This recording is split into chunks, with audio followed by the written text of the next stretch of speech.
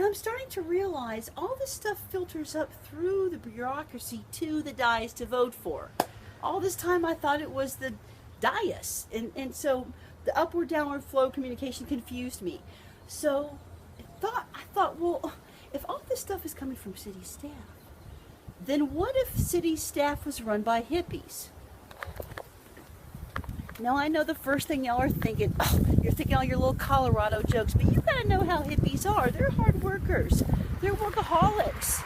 There's none of that Colorado going on. But I'll tell you what, you better watch the lunchroom, because it gets dirty when the vegans and the lacto-ovo start talking about food for their banquets, their little ceremonial things that they have up at City Hall.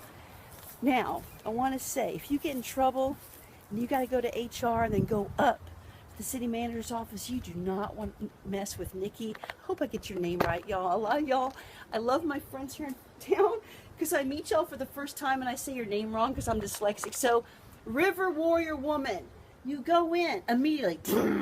You can't lie to her. I mean, she's Nikki, which I hope that's your name right? And she's like the head dude S in charge. She's the river, and y'all go down to the headwaters and have your conversation.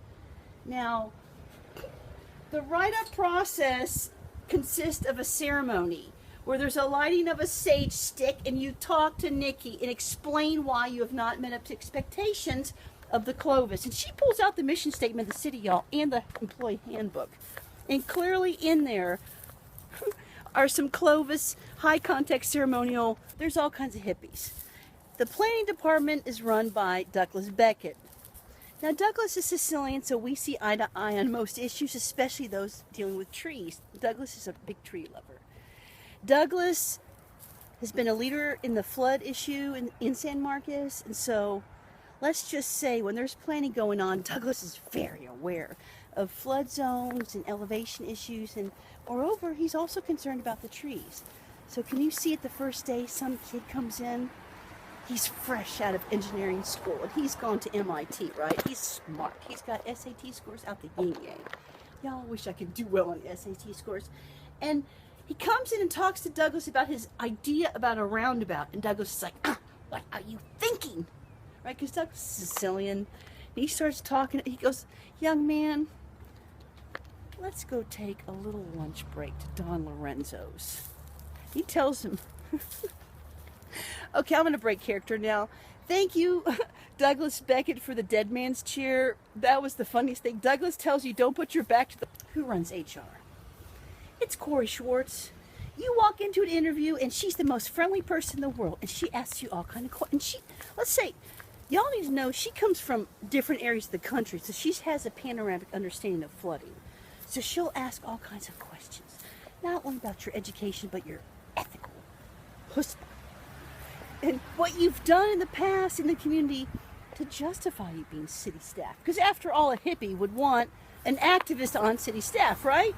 Now, one thing Corey requires for her professional development hours is for city staff to all spend 20 hours every year going to the mic and speaking on behalf of some issue they're passionate about in another town or the city of San Marcos, as long as there's not a conflict of interest, per the employee handbook created by Nikki, approved by Corey.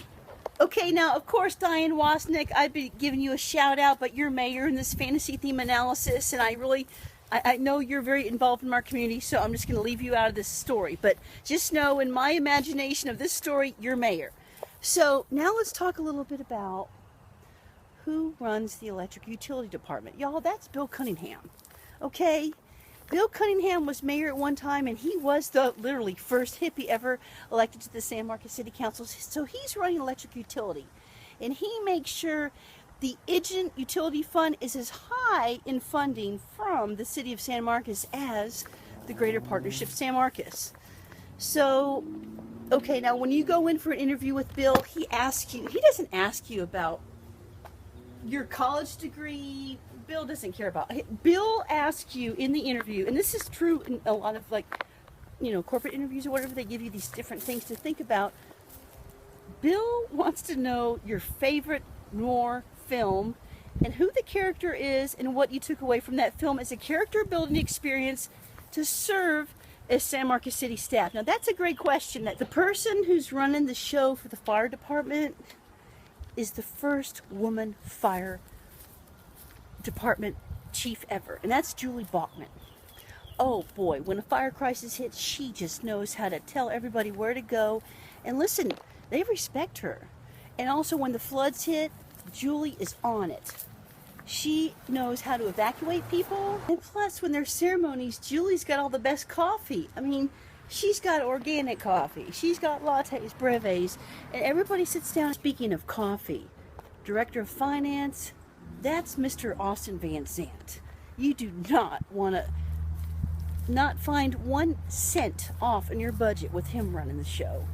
And his wife, Mary, y'all, she's running the whole deal about everything with the environment in San Marcos. In fact,